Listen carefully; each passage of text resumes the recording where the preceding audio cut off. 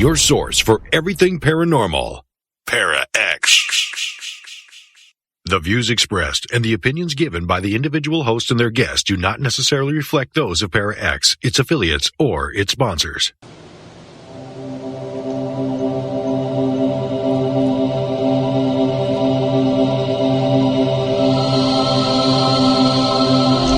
Merry meet and merry part, bright the cheeks and warm the heart.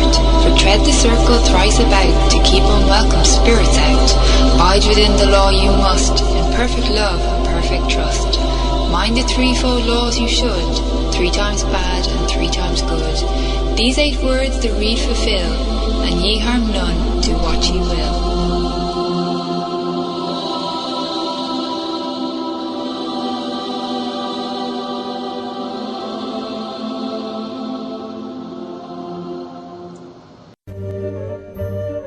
Welcome to Stirring the Cauldron. Now, here's your host, Marla Brooks. Merry meet, everybody, and welcome. Now, tonight we're going to be talking to Monica Bodirsky about her Between the World Oracle cards. Now, Monica is a professional artist, an author, an advised chartered herbalist. As a divination specialist and a follower of the Shadow Path, her work promotes professional growth, empowerment, and transformative ways of working with an unacknowledged spiritual and creative energies. When she's not writing or creating tools for spiritual and creative guidance, she works with magical herbs and mentors in a local coven. She's a very busy lady. Now, she's going to be able to do one card reading that for sure for somebody in the chat room as we get into the show. And if you're not in chat, come over to Para-X Radio Network and join us. And I only say one reading because there is so much info that goes along with each card. Don't want to run out of time, but we'll be playing it by ear. All right, Monica, step out of the shadows and say hello. Hello, Marla. I'm here. All right. So before we jump into the deck, let's talk about the Shadow Path that you're following. And you've been teaching that for many years, and some people may not be familiar with that. Yeah, I'm happy to share that.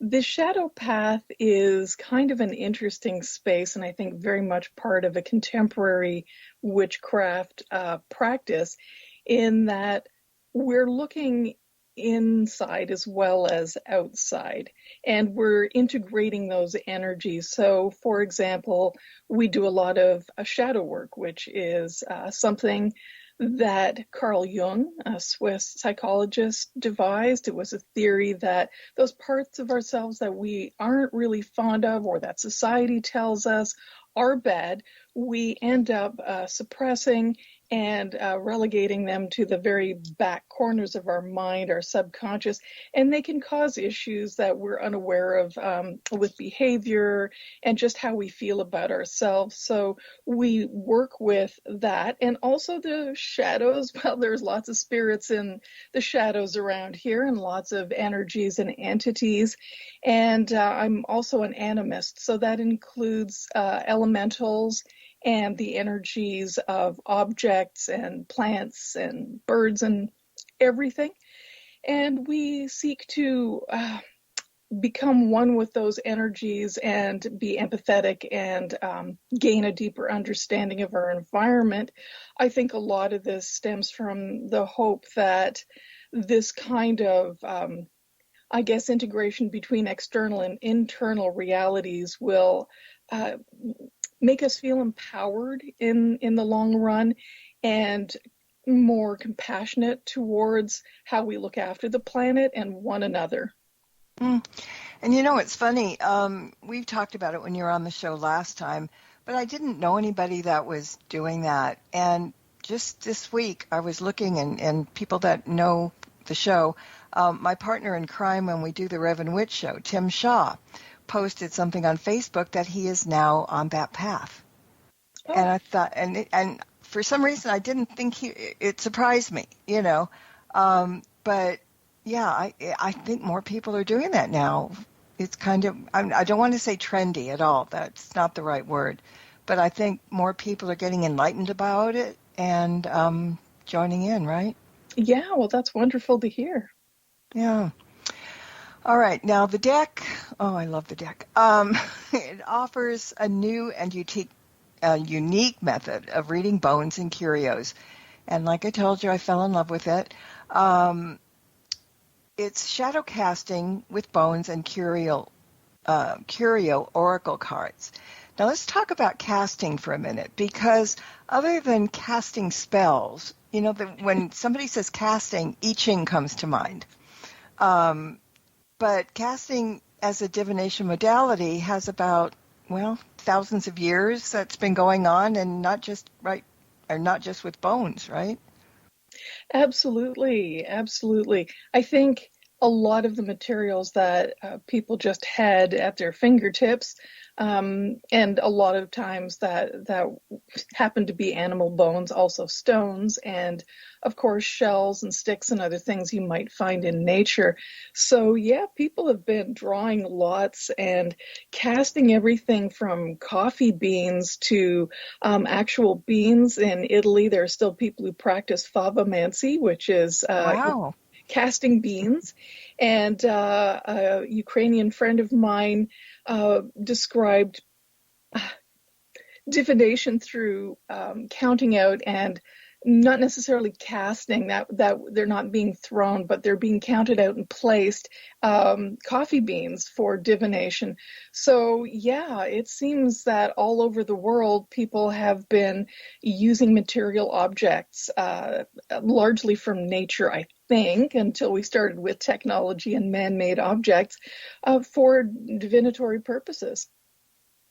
And I when you're talking about that, I'm thinking in my head, who was the first person that did some divination, and why did they do it? I mean, I just think maybe their lives were so simple that why would they want to know the future? Why would they want to do this? Or how would they? I mean, I don't think there's any written thing about what year, or how many millions of years ago that they found people doing that. But there must have been a need. I mean, there must have been some kind of, in the human psyche, some kind of spiritual thing that's just kind of inbred. I mean, we all have it now, and they must have then, but they were clever enough to use it, huh? Yeah, I think so. I think so. From my understanding of the research I've done, early archaeological evidence, people are always theorizing. You can only do that. We can't really go back and ask anyone.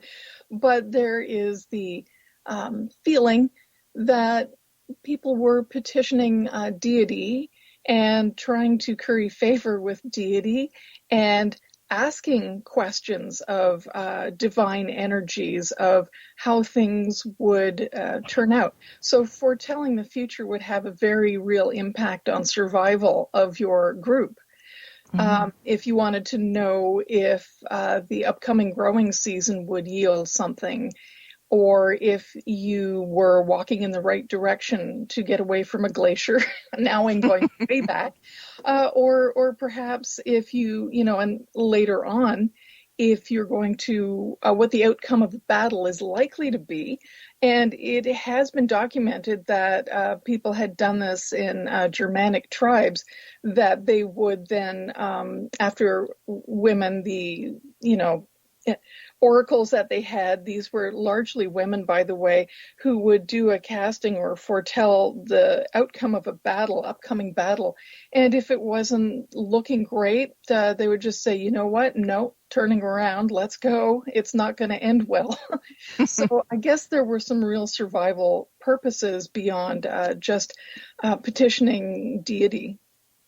Yeah, I just in my head, I'm just seeing cavemen, why would they? Well, as you said, it would be about the four seasons and survival and stuff, but it just seems so different than now. And I guess, well, no, I'm not going to say that those people were not as intelligent as we are now, but they were very much intelligent as far as their lifetimes, I guess. Yeah, I think, and I mean, again, I'm just taking a guess here, but there is something about the arts and about divination that I think kind of makes me feel like people are seeking meaning to things that may not make sense.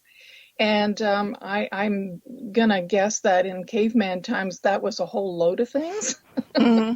Mm-hmm. And perhaps casting helped people understand their environment. Yeah, yeah. It's fascinating to just try and go back there, and it's kind of rhetorical. We're never going to know for sure, but it's just kind of a good thought in my head. Now the book and the deck took about 5 years to design in order to understand the historical content of divination and casting. Were you surprised that the research and study would take that long? Yes and no. I often, as many of my friends will attest to, have several things on the go at once. And I can get through deadlines fairly quickly. And I just love what I do very much. So it doesn't feel like a huge, arduous task. But I wanted to take my time with this. I slowed things down and I wanted to go really deeper than perhaps with things that I'm more used to speaking about, such as tarot or Lenormand. So I really wanted to slow that down a little bit. But I suppose in the end, I probably was a little surprised when I started doing research and I just kept uncovering more and more from different locations. I think that actually did surprise me. Yeah, I mean, I've never heard anybody put that much work into one thing one project. Well, no, that's not true. Somebody it said, I forget who it was, but it took them 25 years to write one particular book. Wow. To put it together. Yeah. But yeah, well, looking and digging around, and once you start research, it's like peeling an onion. There's another layer and another layer and another layer, and you just can't stop. So it was well worth your effort, by the way. Oh, thank you. So you mentioned in the book's preface that there aren't enough adequate tools for shadow working. Your other decks, like the Shadowland Tarot, the House of Shadows, the Martin deck, and the rest are tools. So how does this deck differ from some of your other ones? It differs in that I wanted to, speaking of going, deeper into something, I wanted to go beyond just the visual. I mean, I do love writing, but I wanted to have a short narrative with every single card, partially because it adds to the context and just our basic comprehension of the item. It's putting it into a different context and perhaps giving it a different layer of meaning. But also, I think, talking about where I got the item, because it's a little different. As far as I know, nobody's actually taken a dimensional, curio and bone set and turned it into a two-dimensional deck. So I thought it would also be helpful then to include a little backstory of where that item came from.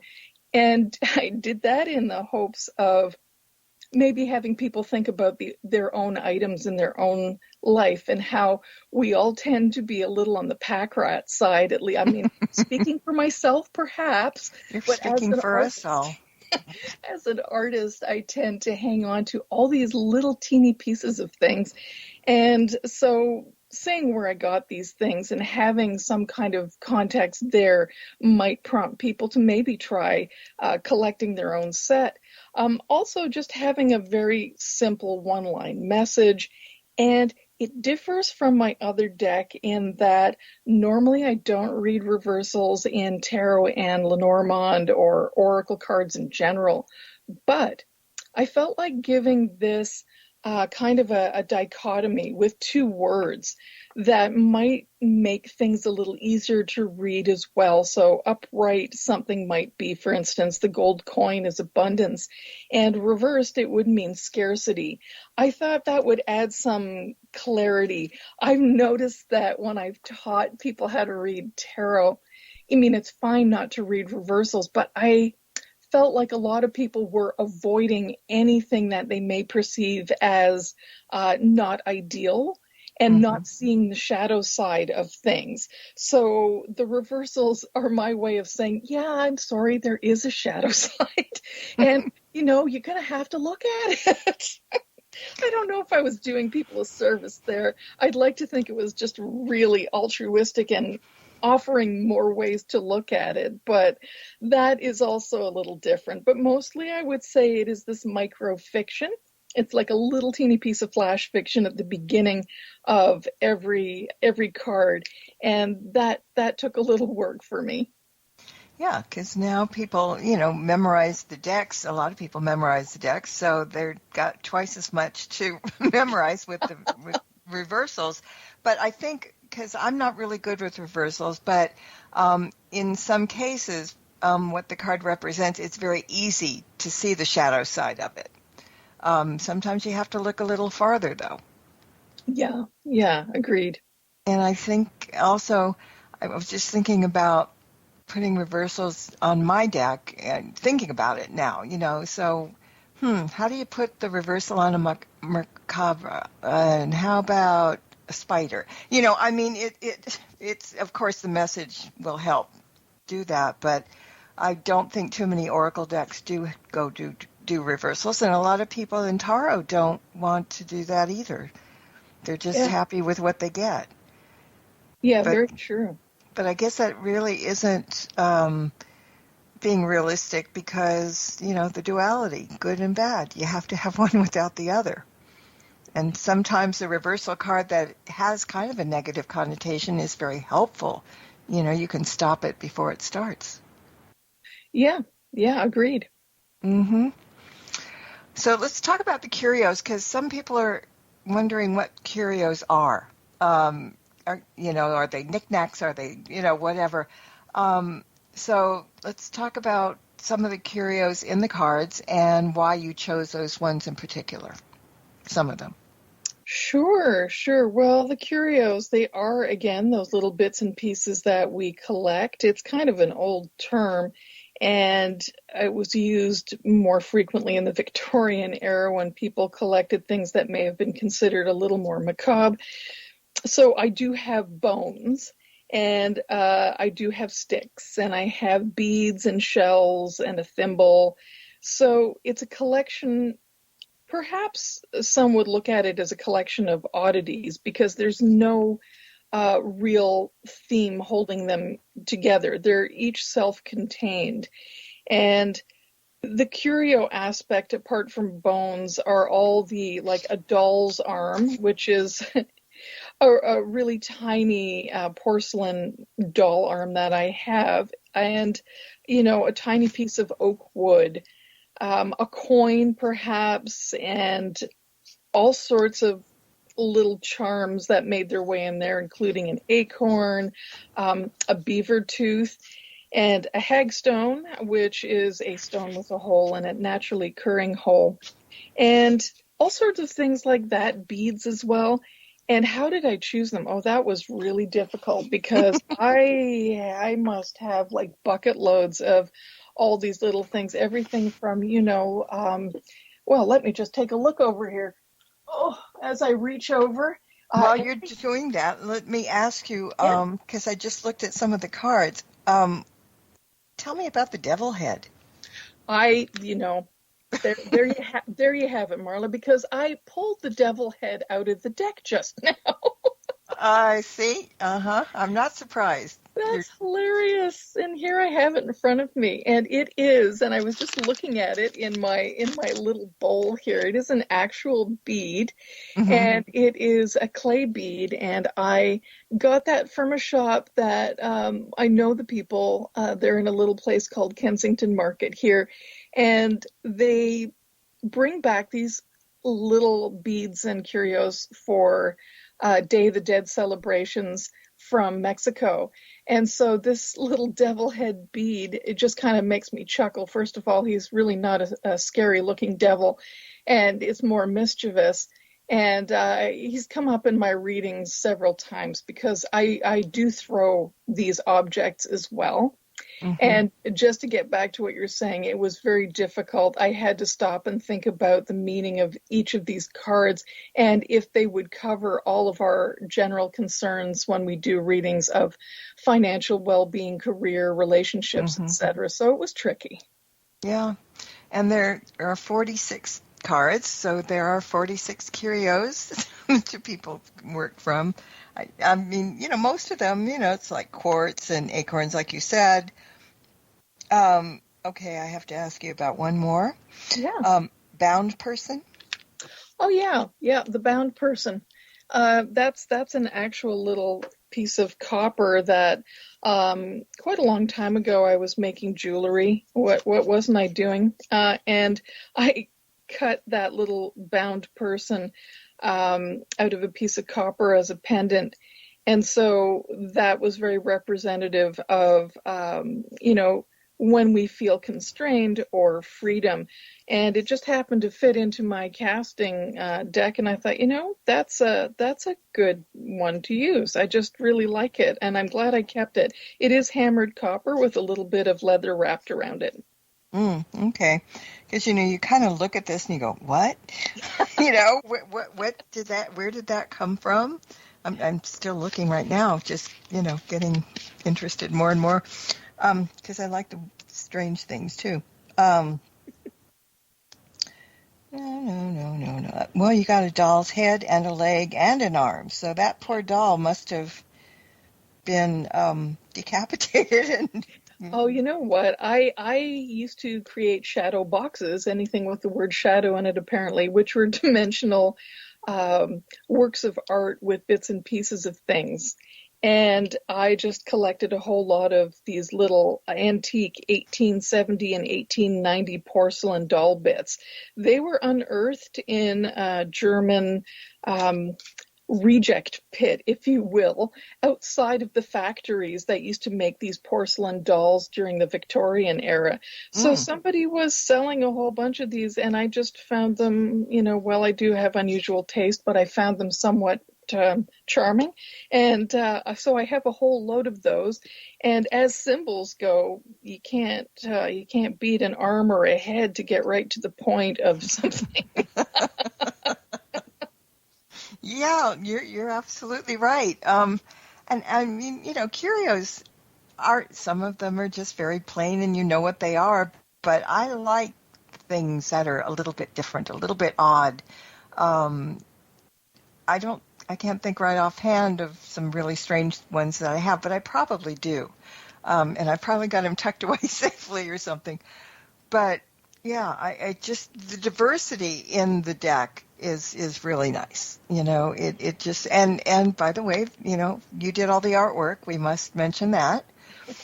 And yeah, and and that's the thing about your artwork too.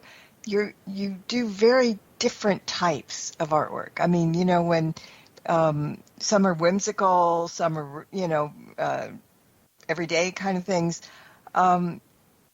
I don't know if I mean, I know some people that are artists and they have a specialty that they do. Some people do like fairy things and little things like that. Other people do very serious, like bowls of fruit kind of thing. I know somebody that always does people, but she's always the one in it. She does it herself on each card. Makes a little bit of difference. But yours is kind of diverse, isn't it? It is. And I mean, I asked people about that, and I was, a little concerned to stray from my usual, humorous doodles. But I asked a few people, and they said, well, yeah, they're definitely more serious, but I can tell it's you. It's pen and ink and watercolor, and there's still you in there. So I guess so. I guess some people have a broader idea of what their style is. For me, it tends to be more in the materials I'm using rather than whether it's more serious or whimsical, if that makes sense. But I guess we all have our own expanse of how we use our style, or the breadth of our styles. Yeah. All right, so let's talk about the book a little bit, because most books accompany decks, maybe 50, 75, 100 pages, to fill in everything. This deck is very comprehensive. The book is 200 pages long, covers all the bases. I mean, all right, let's talk about the cards. Each card has a great deal of info as well. You give the meaning of the card. There's a little story that goes along with it. Then info of the item itself, which is yours. Then you give the message that the card carries. Then it's advice, and then reflections. And most of those are self-explanatory, but talk about reflections. Yeah, reflections are a way to, I think, encourage people to come to their own conclusions about the material you're presenting.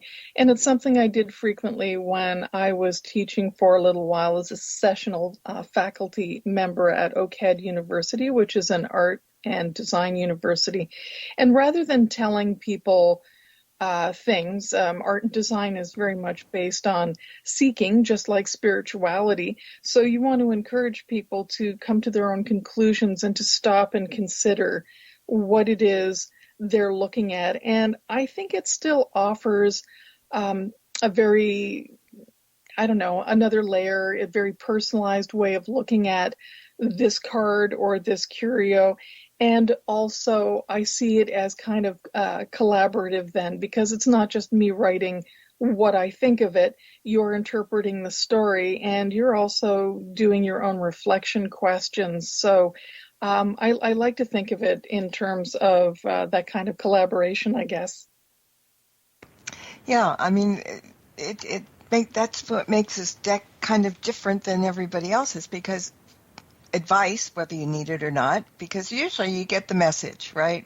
You turn the card, you get the message, this is what you need to look out for, but then you have advice, then you have the message, and talking about the item too. It's kind of neat to get us to be more favorable with the cards. We're understanding when we look at the doll's arm card, we know that that's yours. You're not just picking something out of the air that you've seen, in a magazine or a book or something. Right. So yeah, it's rather amazing, really, truly. We've got like 3 minutes, so let me see. Let me give us a quick thing before we go to break. Let's talk for 3 minutes about spiritual hygiene and how we go about it. What is it, and how do we go about it? Sure. Well, some people may not need to follow, or they don't feel that they do. Personally, I feel responsible for putting this deck out there, and I did use a lot of my own energy in creating this. As I've mentioned before, I do use moon water when I'm painting. The art is created in ritual, and that signifies to me that these cards therefore can be a portal between the worlds, literally, a way to access information. So spiritual hygiene is just ensuring that your space is cleansed before you read, and that it is cleansed after you read. Basically, you are opening and closing a door. I don't take it that lightly as just sort of flipping a card over. I'm certainly not judging people who do, but if you are engaged in spiritual activity and you want to go fairly deeply with this, I would just ensure that you have a quiet space that is not only physically cleansed, but you're using some kind of essential oil spray or some kind of an herbal blend to cleanse your space, or crystals, however you cleanse, and to make sure that you have you feel safe within the space that you're reading, so that you don't get any unwanted energies intruding. And then when you're done, just closing that door and clearing your space again. You can even shower afterwards. A lot of people do shower before they partake in any ritual or do readings, and afterwards as well. And also, I would just tell people it's a thing. If you feel a little spacey after you've read, having water and a little food will bring you back down to earth. I think these are all part of people's personal practices, and they're just suggestions I'm offering because I really do think that we should be very mindful of the kind of energies we may be pulling in when we use oracle cards. Mm-hmm. Yeah, and we got to clear our heads before we do anything. And, people say, well, I was sick, but I went to work and I do tarot readings and stuff. That clutters the brain. You're not feeling well, don't do it. That's my opinion, because you're just not all there. Right. And, there's clutter, both physical and mental. So, if you're not in the mood, if there's something going on in your head, you're cluttered up there, it's not going to give you a good reading. And, if you're sitting in a pile of, I don't know what, you can't stretch out. I mean, this is a good thing too. So, yeah, I think the spiritual hygiene is really important. And now we're going to get to an important 2-minute break. So everybody stay put, rest your weary bones, and we'll be back in 2 minutes. Cauldron will be right back, so don't go away. If you end up with webbed feet, remember, you've been warned. As you go about your daily life, look closer. Every year across America, a staggering 4.2 million youth are homeless or trafficked. Covenant House is the national leader providing safe housing for youth, 50 years strong. Every youth who walks into Covenant House gets clean clothes, hot meals, medical care, and a safe place to sleep. So, look closer at Covenant House and help us fight youth homelessness. To help or get help, go to covenanthouse.org. Are you haunted by shadow people in the middle of the night? Do you secretly love all things creepy and spooky, enjoying ghost stories and horror fiction from the best storytellers? Do you have a true ghost experience you want to share, but no one will believe you? If yes, listen to the professionals on What Are You Afraid of? Horror Paranormal Show, Friday nights at 9 p.m. on Para X Radio and at www.whatareyouafraidofpodcast.com. What are you afraid of on Para X? Our creepy and demented hosts are on call to provide you with all your spooky needs with true ghost stories, interviews, indie music, and new horror fiction. We are ready to scare you. Para X. Missed an episode of Stirring the Cauldron? Then be sure to check out marlabrooks.com and check out the archive. And while you're there, check out Marla's weekly Witches Oracle card reading. Explore the site to find many great resources, such as information on tarot, oracle readings, metaphysical consultations, and links to all of Marla's books. That's marlabrooks.com. Welcome back to Stirring the Cauldron. Once again, here's your host, Marla Brooks.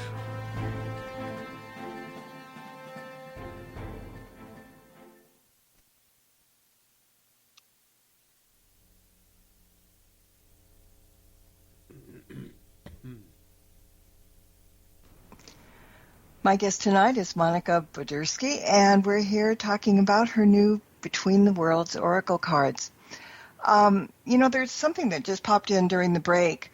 There might be people who have never picked up a deck of any kind, thinking that they can't do it because they need to learn and study and really go crazy about it. Tarot scares a lot of people. What advice do you give? I mean, people can pick up your deck and use it very easily, can't they? Oh, absolutely. And that was something I had in mind, too, because I have taught over the years a fair bit of tarot and Lenormand as well. And it's a system, and it has a history. This is something I've created, so I have the luxury of giving people the option to just pull a single card and give a fair bit of information with that card that isn't meant to be memorized. It's just meant to be used when you feel like it and used as a reference. You don't need to, as I said, memorize anything. The information is there.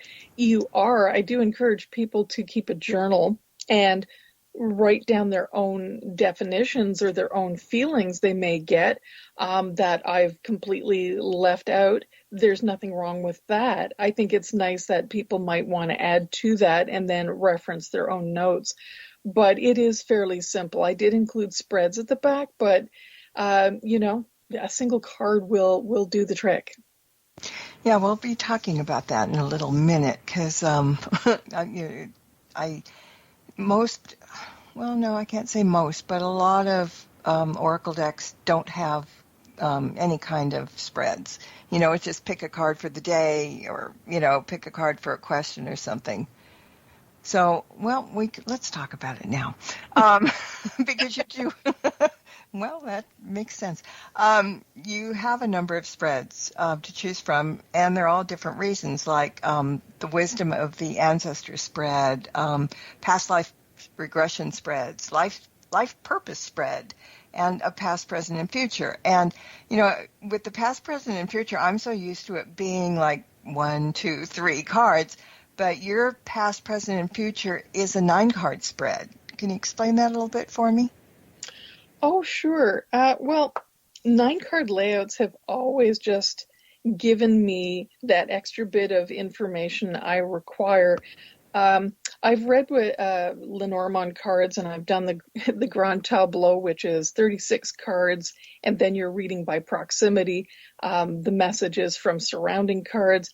And I've done single cards and 3 cards. But, it just isn't quite enough information for me sometimes. So the 9-card spread is really helpful. And I guess I understand symbolic meanings that are very straightforward, like as in the devil head bead you mentioned, there might be a single word attached to that symbol as opposed to what you see in tarot cards.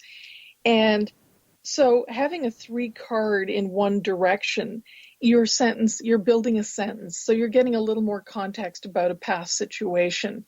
And I just think it's more helpful to get a bit more information sometimes than a single card and one single piece of advice. When you're reading these together, because there's so much information for every card, I think it's fine if you just if you find that you're experiencing a bit of overwhelm, you can just look at the message for each of them and cobble that or stitch that together in what you would consider a single sentence, albeit a long one, but that would be one. And I just like to be able to read rows in different directions as well.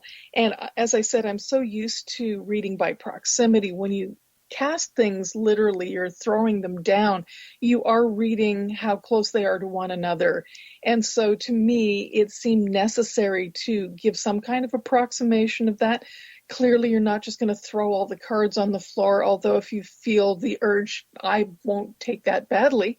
But it would be easier to have some kind of structure and organization with offering these spreads and something that you can grow with. If you've gone beyond a single card and you're feeling adventurous, go for that really big Grand Tableau. Mm-hmm. Yeah, I know. Sometimes I'll do, if I'm going to do a 1-card reading somebody wants or whatever, I'll pull 1 card, but I end up usually pulling a couple more just to have a little bit more validation or a little bit more information. Sometimes you just really have to do that. So that works out really well. But the spreads are so unique in their own right. And, of course, people can create their own spreads, too. Yeah. There's no rules attached to all this stuff. There's suggestions, but never any rules. Absolutely. So anybody out there that has been afraid to pick up a deck, first of all, you won't turn into a witch. That never happens. People are afraid sometimes. Understood. But yeah, it's just a good way sometimes to be able to look at oracle cards instead of just always trying to figure it out in your head or asking somebody else. There's divine help out there that we could take advantage of, and some of us do anyway. Right. And you were talking about divination before and about opening the portal. And, with any divination method, we open a portal, and sometimes unwanted and irritating spirit energies pop in. For people that don't know or are afraid if that does happen or afraid that it happens all the time, how do they come through, and how do you get rid of them? Mm-hmm. I think this hasn't happened to me since I was quite young, because I've been doing this for so long. But I think they can cross those boundaries when they aren't well defined. So if you have this is why I'm mentioning a physically clean space, and you feel safe and protected, and you have your own saying of, I'm holding this space, blessing this space, whatever makes you feel safe. Some people will put a little ring of salt around them. Some people light a candle, or they have spirit guides that act as intermediaries to protect. I think it's a matter of your personal practice and what makes you feel protected. I have a ritual of candles, and I do a lot of ancestral work. So I have ancestors with me who act basically as spiritual bodyguards and gatekeepers. And if people want to give that a try, you would be calling in your, you may not know their names. I'm not just talking about relatives who've passed. I'm talking about deep ancestry. But you can call them to help you keep your space protected and keep a boundary. If something does sneak through, this is where it gets a little tricky for people, I think, because of the fear. I think we should not be afraid.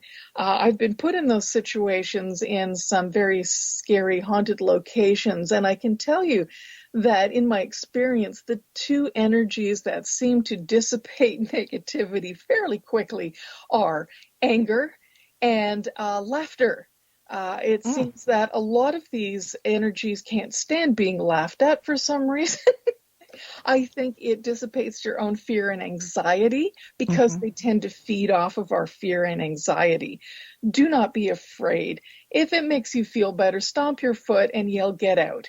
But don't be afraid. You can open a window. You can usher these things out, or these negative feelings. You can sweep them out of your place.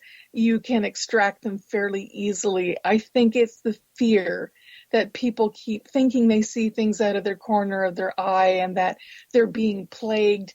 And what they don't realize is that feeling a victim in this is actually attracting negativity. And I am not victim blaming here, but it is in your best interest to not feel put upon, and just stand your ground and say, get the heck out now.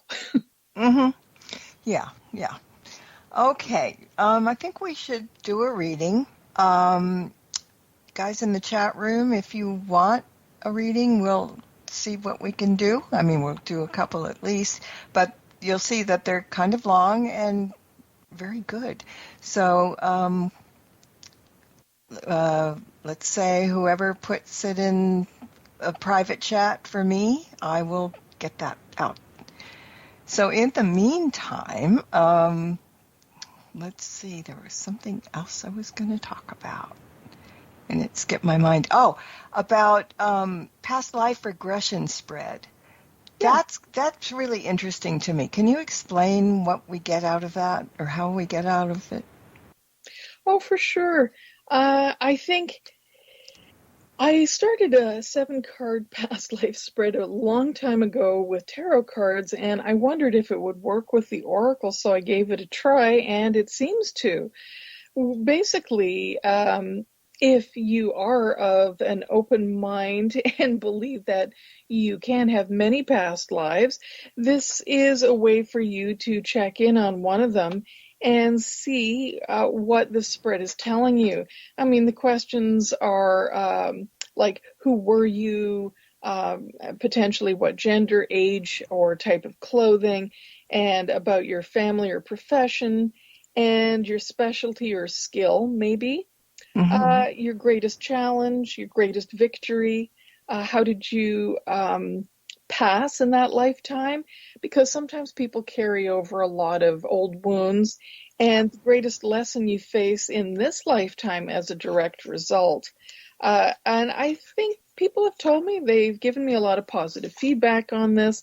I have given it, taught it in workshops and walked people through it, and they seem pretty happy with it. It is a left to right spread, which is kind of symbolic of progressing through that life as well. It's fascinating. All right, we've got 2 people, so I think we could probably manage that. Alrighty. So the first one is Cece, and let's draw a card. Okay. All right. Are we attaching questions to this, or are we just going to see what comes up? I think we're just going to see what comes up. Okay. Nobody asked a question, so we'll do it that way. Right. Let me shuffle here, and I like to shuffle. I just do a hand over hand and cut the deck in 3 because that's just the way I roll. And let's turn over. Okay. So I did, in fact, speaking of bound person, which you mentioned, I received the card that is called the bound person. And as I find my way to the page, I'd like to read you the story. So it is reversed. And in its reversed position, the word freedom is what you're looking at. So it is called the boutique. Your art is disturbing and rough in a somewhat unappealing way. Edward, the shop owner, handed back the piece of hammered copper on leather quickly without smiling. Andrea reached out and took her simplified human form pendant. Well, it's supposed to make you think. That's why it's wrapped with a small piece of leather. Think. No one needs to think, dear, nor feel anything. But they need to be respected for wearing a famous designer or particular style, you see. I can't have an unknown in this establishment, and your piece is quite frankly reminiscent of a cave dweller in a straitjacket. How would I sell that exactly? Edward raised one groomed eyebrow and ran a hand over his gray hair to keep it in place while he continued. No one wants to think they are archaic, helpless, or restricted. And quick word of advice from a seasoned professional to a new artisan, you do better to make the geometric abstraction that everyone loves and will actually wear. Or perhaps go with the simple, chunky gold chain so many of you young people find attractive. Andrea stood her ground. Really? But do they? I know a few people who like to think critically about their situation in life, actually have a broad range of taste, and are proud of their ancestry. They're also not afraid to tell it like it is and make a statement that is authentic to their lives. Oh, I'm sure you do, dear, but in this shop, I have only well-educated, distinguished, and refined clientele. Customers who prefer to leave their feelings private, like their income. But all the best with your little pieces. I'm sure they'll do fine at a small marketplace where regular people like you find this kind of work interesting. Andrea felt her cheeks warm at his attempt to shame her along with her work, but she would have none of it.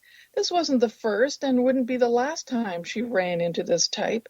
She smiled coolly and put her samples in her backpack. Thank you for your time. You raise good points and I appreciate it. You're absolutely correct. My jewelry isn't for the financially wealthy yet emotionally weak and privileged underbelly of society. Have a nice day and bless your heart. So, the item.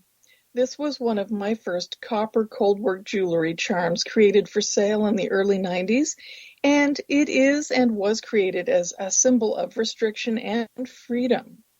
While my piece was not rejected, most artisans who create work that is not considered mainstream may experience conversations that seem harsh and judgmental. So the message here, CC, is that restrictions can be real or imagined, and there's always a gift if you look closely. In the reversal, your advice is you have rid yourself of some restriction and should celebrate your freedom. If you're waiting for an answer regarding acceptance, it will be positive. Your perception will change not only in general, but specifically about how you define freedom. What once seemed restrictive will be a welcome security. If you've been grieving for an extended period and it's stopped you from living life to its fullest, now is the perfect time to let go and get on with your life. Remember who you were, are, and will be. Freedom is in seeing your potential and remaining true to yourself. Nice. All right, and there are things to reflect, but we'll miss that for now because we want to do one more. Yeah. Kathy, she's general too. No questions. Okay. All right, Kathy, let's just shuffle, and I do reshuffle between readings. Okay, so we have the coyote tooth. Isn't that interesting? So it is also reversed, and in the reversed position, the coyote tooth is about strategizing. So this little story is for you. It is called Unexpected. Amanda entered her boss's office and sat down, ready to battle. Well, all I'm saying is Shauna used to be able to hold up her end of the task, and now I feel like I'm the one doing all the work, and she's just cruising for a paycheck. Maybe she's struggling with something, or not herself. I mean, we've all been there, right? We feel good at work, and we cruise along. Soon we're proud, and then we're all, oh, hey, I got this. We are so full of our own worth that nothing can stop us, right? Then wham, something happens and we don't care anymore. We sleep through the alarm. We start wearing our give-up clothes to work, sneakers with pantyhose, hair all up in a plastic chip bag clip, and we say, screw it, right? Am I right? But the thing is, she said she would do it, and I don't really have time to do all the work, my work and hers as well.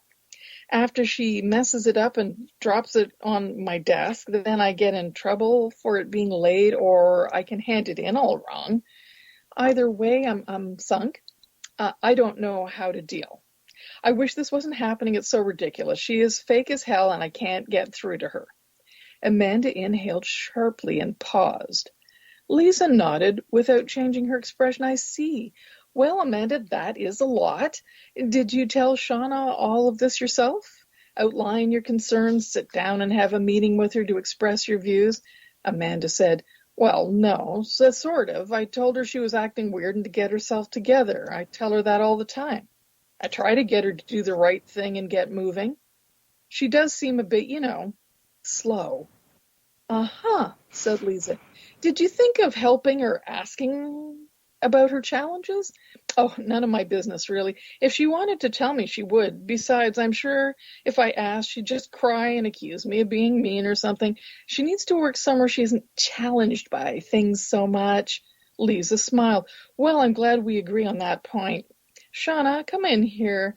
She came in here ahead of you, Amanda, and filed a complaint about you being a bully. She claims you're all over her every day to such an extent that she needs stress leave and is blaming your behavior. She also threatened to quit, which would be a real shame, since I think she's doing a great job. So I'm going to reprimand you and give you a week off without pay to think things over. When you return, you'll be attending several development workshops, including communication skills, sensitivity training, and effective workplace communication. I had been thinking of recommending you for promotion, but not now. What a shame. So, this item, I purchased this coyote tooth from an indigenous supplier here at a powwow. And the message is, examine the difference between using words strategically and deceptively by seeing the intention behind the words or actions of others.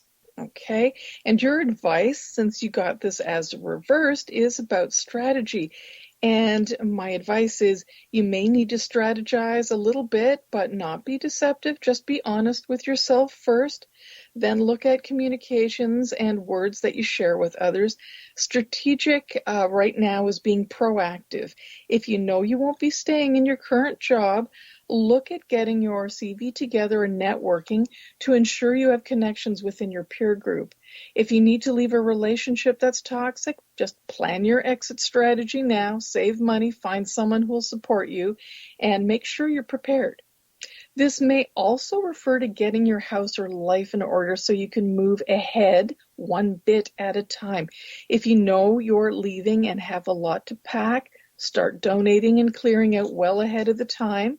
You need to be ready. So be thoughtful. Use your problem-solving abilities in a silent way if you're feeling vulnerable. You don't have to tell anybody. This is self-protection. Don't mistake that for deception, okay? You're just protecting yourself. Yeah, I mean, well, when you started on Kathy, Cece posted a response to what she got, and it was wow, just wow.